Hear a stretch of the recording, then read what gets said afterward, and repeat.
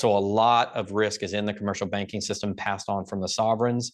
The central banks aren't buying it, they're buying gold instead, and that's the point I wanted to make.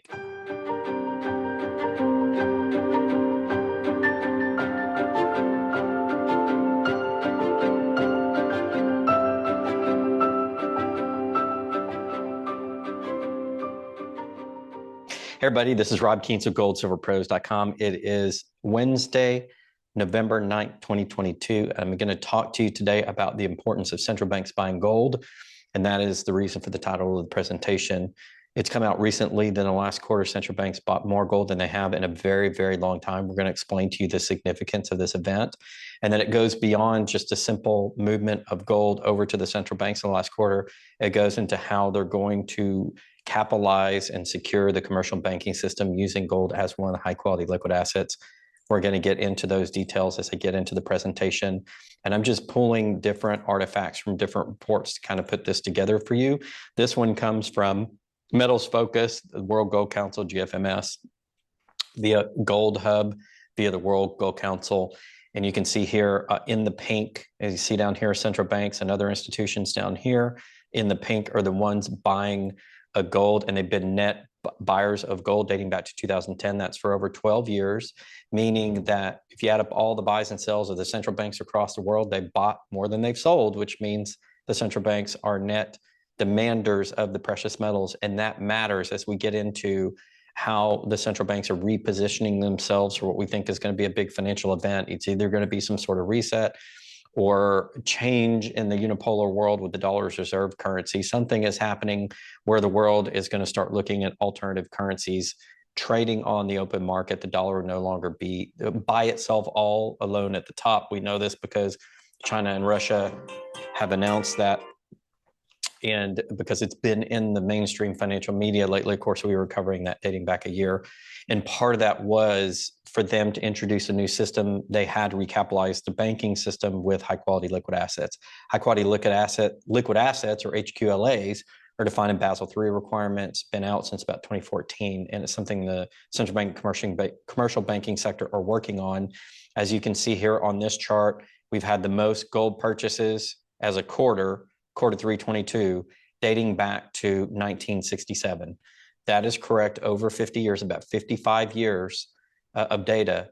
And this was the largest quarter for central bank purchases dating back to 1967. I'll remind you guys in the audience that up until 1971, the dollar was backed by gold. Nixon removed us off the gold standard due to the liquidation of our gold stocks, to the fact that we printed too much money and everybody else knew it. So they were turning in our rapidly devaluing dollars for our gold. Nixon had to remove us off the gold standard to save the 8,000 tons we think we have left, but we're not sure because that audit report hasn't been out in over 60 years.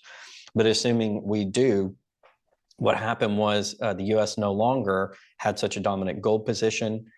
The central banks had eschewed gold for a long time until recently. The last 10, 11, 12 years is when they started accumulating again, because they saw the financial crisis, saw the risk endemic in the financial system, in the pure paper system, and knew that they had to have something physical back. So Basel III guidelines do treat gold as a high quality liquid asset on the balance sheet of the banks, as long as it's hedged in the futures markets, which most positions are, and that reduces short-term price risk. So that's an interesting fact for you guys. I wanted to talk a little bit about the trends in debt and who owns the debt, because I'm going to contrast sovereign debt here and gold for just a moment.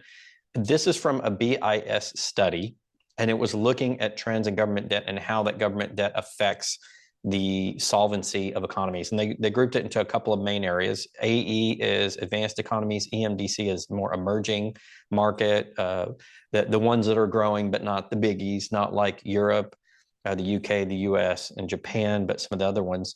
You can see that the emerging market companies are not as indebted, this green line down here, as the advanced economies are, but that had been rising steadily since 2009. So since the financial crisis, the amount of debt that the emerging markets have taken on as a percentage of their gross domestic product, that is their production every year as an economy, has more than doubled. And so you can see this doubling basically of central bank debt, even for emerging markets. Emerging markets are not free of this issue, but it's much less worse in emerging markets than it is the advanced economies, primarily the United States and Europe and those types.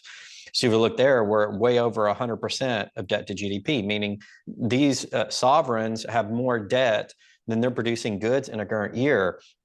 And according to Reinhardt and Rogoff in a research paper they did affiliated with Harvard, they show that once you get past 90% debt to GDP in history, you experience much higher interest rates, much higher inflation, and usually a debt default or a debt restructuring is needed to get out of that situation. Given the fact that all the advanced economies are there, including the United States with the world reserve currency, this is going to be a big event. Now I'm going to relate government debt back to central bank holdings of gold in the next few slides.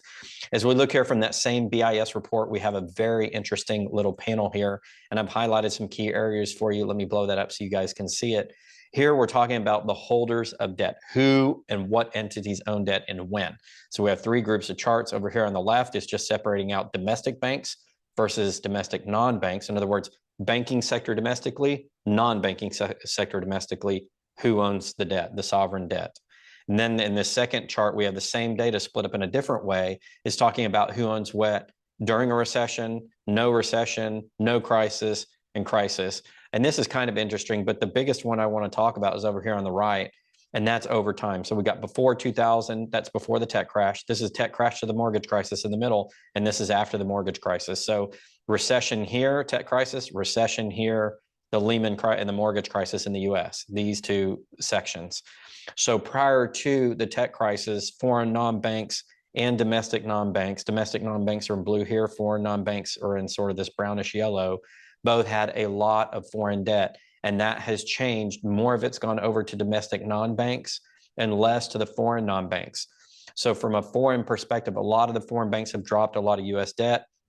The central banks here, by the way, which are in yellow, have not added a lot. If anything, they have basically deleveraged a little bit out of US sovereign debt, or any sort of sovereign debt. This chart shows it all. And what's also interesting to note is that it's the banks that are deleveraging out, including the central banks and the commercial banking system, which does not own most of the sovereign debt according to this chart. It's non-banks and non-financial entities, whether it be domestic or foreign.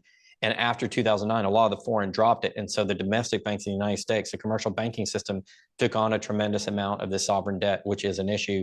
You can also see that foreign official accounts have traded some of this debt. That's other countries that are trading it here in the gray. But by far, the biggest amount of risk goes to the domestic non-banks. You can see here post the last crises. Some of the domestic central banks have risk, not as much as you may think.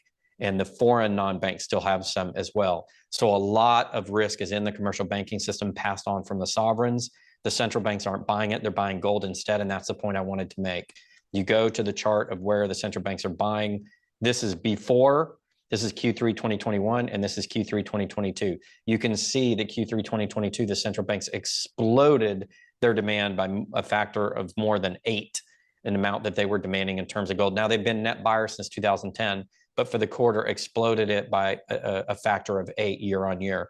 So it changed from 2021 third quarter to this year third quarter. Central banks have really put the hammer down in getting gold because they know they need something without counterparty risk to balance all the risks they have on their balance sheets, to comply with Basel, and for this upcoming financial reset that I think that we have coming. Investment has actually ticked down since last year. This is information from Metals Focus. It's their information, not mine. I'm just showing their chart. Same article I was quoting before.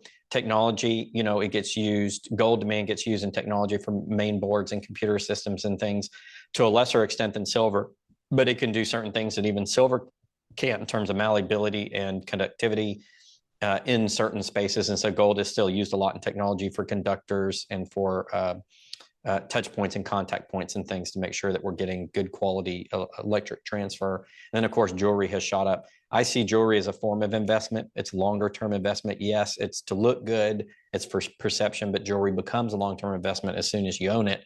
The day that you take it out of the jewelry store or order it online, it becomes an investment. Why? Because it's the precious metal that's going to give it its value.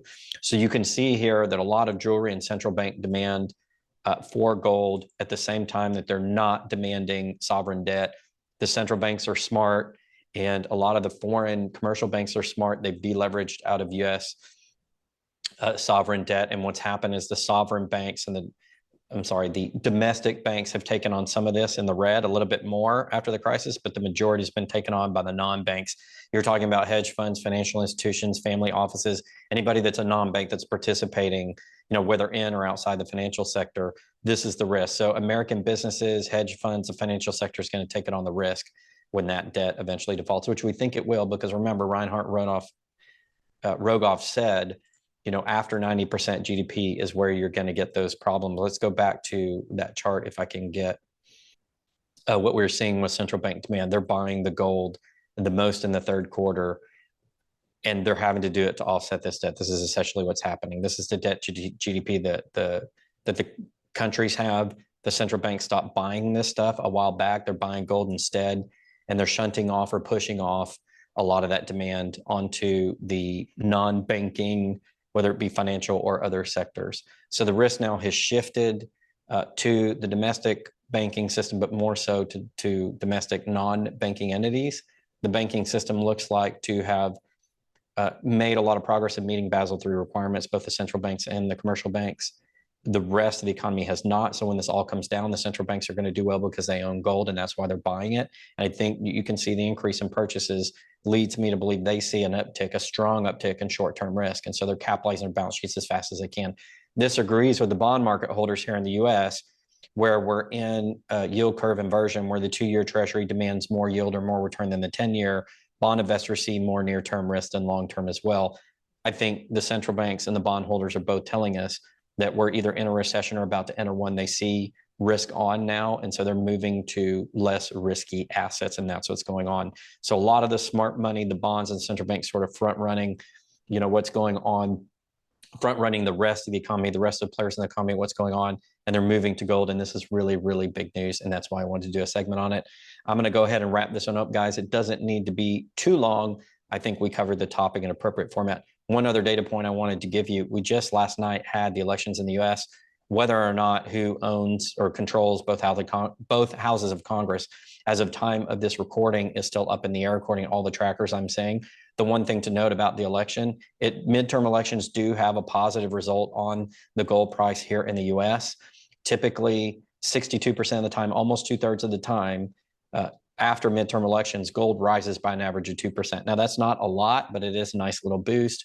And again, 2/3 of the time, regardless of who's running and who's the opposite. Gold doesn't care about who's blue and red. It just knows that there's risk whenever you have a switchover in Congress during the election season. And so gold tends to rise a little bit. Of course, we're also looking at the love trade with India and China, that physical demand, which I think is more important to the long-term supply-demand characteristics of the gold market, because it's the physical, which eventually will rule all, including the derivative markets, I believe, when price discovery returns.